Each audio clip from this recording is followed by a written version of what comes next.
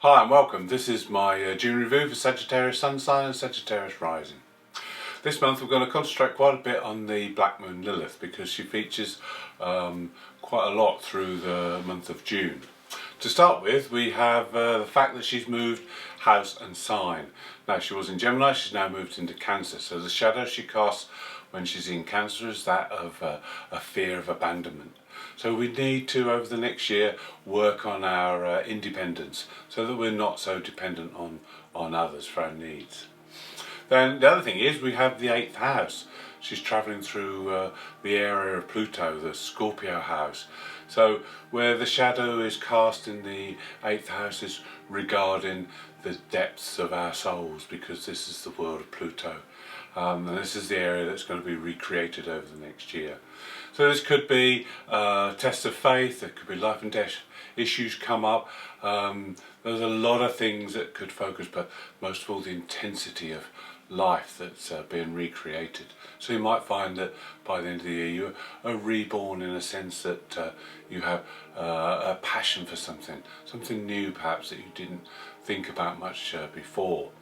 The other thing with the 8th house is also to do with resources and group involvement. So there could be issues coming up regarding other people's resources. You may have to take responsibility for resources or within a group situation. But the main thing is to realise that the very depths of your soul are being shaken, so to speak. Your foundations are being shaken, and this is a good time to look at any cracks and build a solid foundation for moving forward. We have two aspects, one from Mars and one from Venus to the Black Moon on the 1st. The one from Mars is going to create a little bit of frustration as emotions and power comes up from within. So this could make you feel a little bit out of sorts, but we also have the aspect from Venus, which will help you to align yourself with a new way of thinking, a new way of being, and this will help you to keep on track. On the 3rd we have Mercury stationed direct. It's been retrograde for 3 weeks in your 6th house. So there could have been issues with scheduling, there could have been issues with your health or general run-of-the-mill routines, but these will all start to disappear now and things will get back on track. And Mercury's making a square to Saturn, so it's a good time to get the practical side, get the planning organised so that things can move forward in your routines or your daily work. There's an aspect from Neptune, so just be aware that you're not wearing rose-coloured spectacles when you're looking at things. Look at things in more of a practical, cold light of day look. And then on the 4th we have Saturn going station retrograde. This is in your 3rd house, so this is a time when you need to be responsible for the way you communicate with others and to make sure that you are clear in your speech. Now, Saturn's the older, wiser part of us, so it's a good time to connect with that. Also, it's a good time to do all those tasks, paperwork, things that have been hanging around, and get those completed while Saturn is retrograde. Take responsibility for all these daily tasks. Also on the 4th we have a conjunction between the asteroid Pallas and Uranus. Now this is happening in your 6th house. Now these two together can cause dramatic changes in the social side of our lives. This could be affecting your work and your routine area.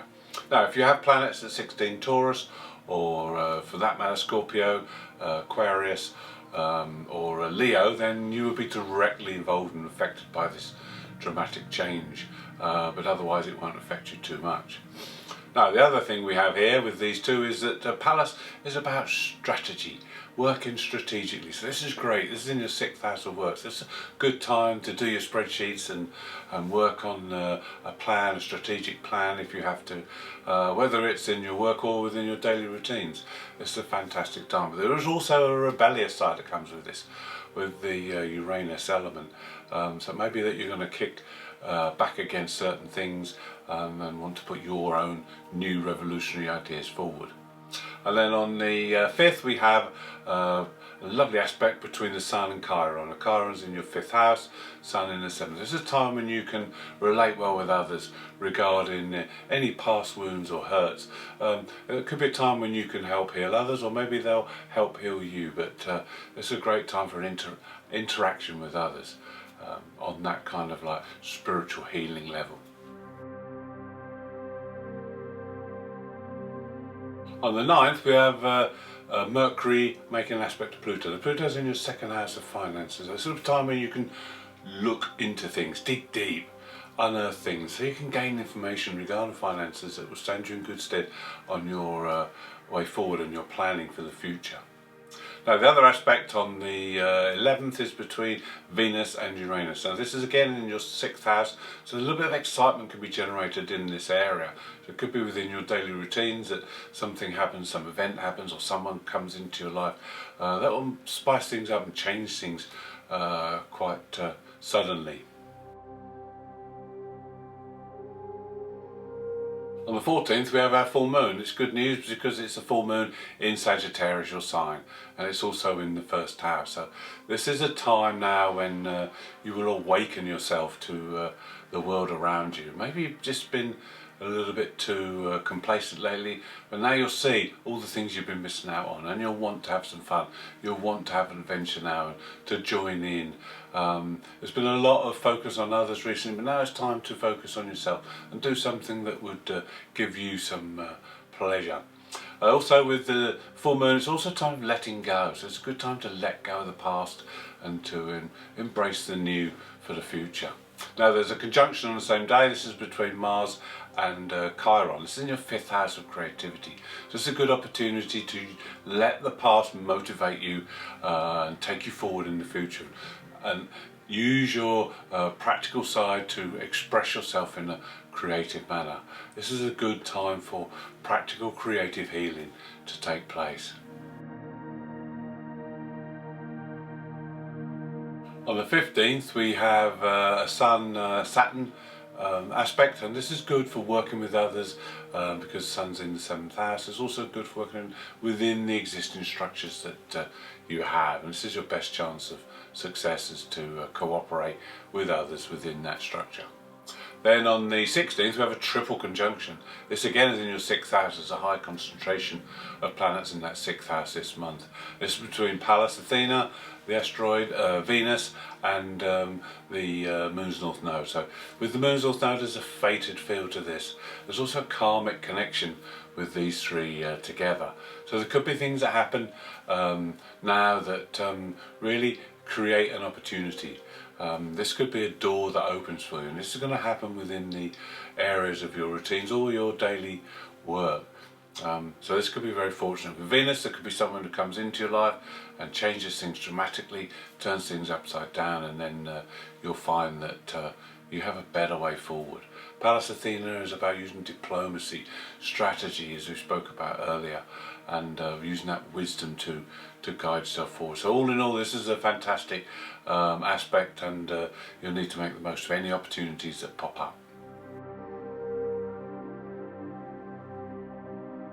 On the 18th we have Venus making 2 aspects, a square to Saturn and sextile to Uranus. So Venus is still just in that 6th house of yours, so this is a time to analyse your routines, analyse what you do on a day-to-day basis, and see where you can add some changes here. If things aren't right, they need to be changed right away.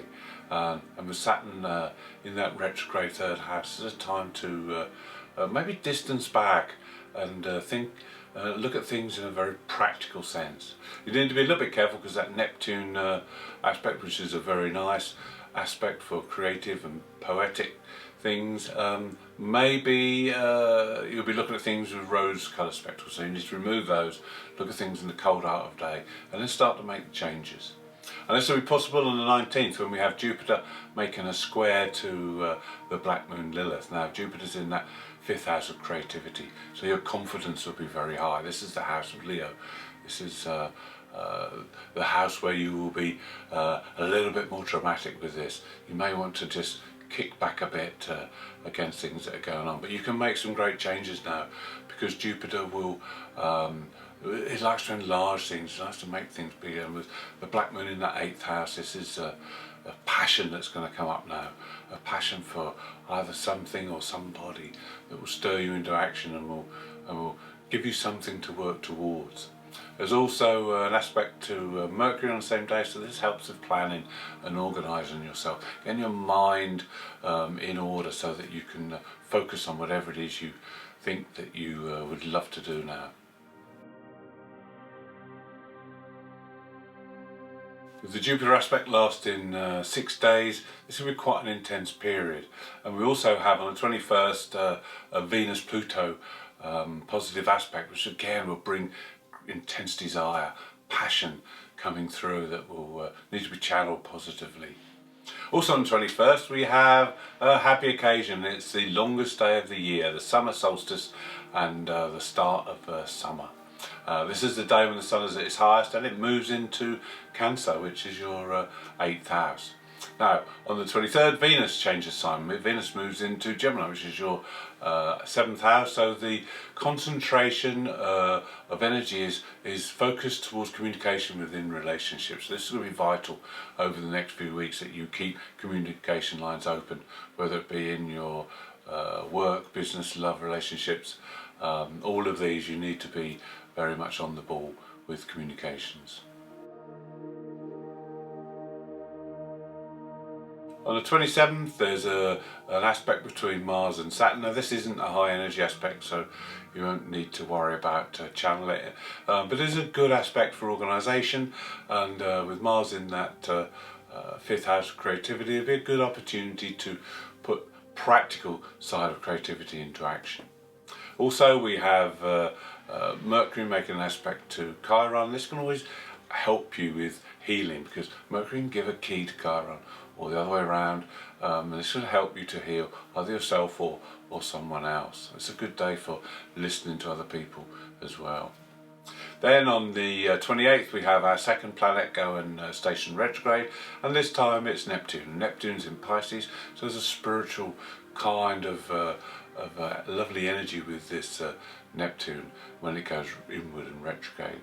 But also it's in the 4th house. This is a time to concentrate on your home and your family, and to bring spirituality into the home, and to make things, your home especially, a more pleasant place to be.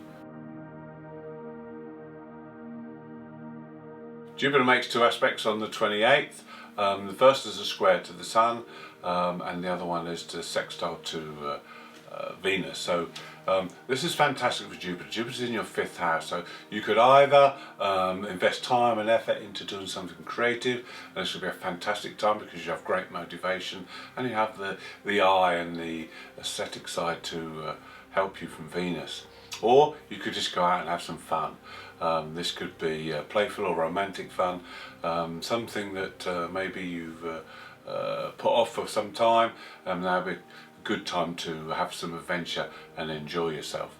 But either way, there's going to be a strong motivation and great confidence from Jupiter with these aspects. We finished the month on quite a dramatic term, because on the 29th we have our new moon, but this is no usual new moon because the new moon is conjunct Black Moon Lilith. So this is a moon of transformation, of change, and it's also in your 8th house, the house of change and transformation. So this is a very watery new moon. It's very fluid, and it's very hard because everything is going to be exposed. When the sun shines his light on the moon, your emotions are exposed, and when he shines his light on the Black Moon Lilith, your shadow side is exposed. But this is good because you can now see what you have to do, to change over the next year. Every year the sun comes and conjuncts the Black Moon Lilith and shines this light, and it's the end of a year and the start of a new one. So this is a time when a mini rebirth can occur. If you've put in the work for last year, this can be a very positive event, and you'll also be able to see what you need to do for the coming year. Also with Cancer, it's a good time to connect with the past, with this new moon, and to honour the past, and to connect with our heritage, so to speak, and then use the knowledge and information you have from this to propel yourself forward into the future, leaving the past behind. Now, the other thing about the 8th house is the house of Scorpio, so it's a very intense new moon, and it's a good idea to harness some of this passion and intensity, and to use it to make yourself a better person, Use it for self-mastery. Use it to take yourself up to another level so that you can be a better person all round. Thank you for watching. I hope you've enjoyed the June review. If you'd like to see more, please subscribe. If you'd like to leave me a comment, I'll be glad to hear from you.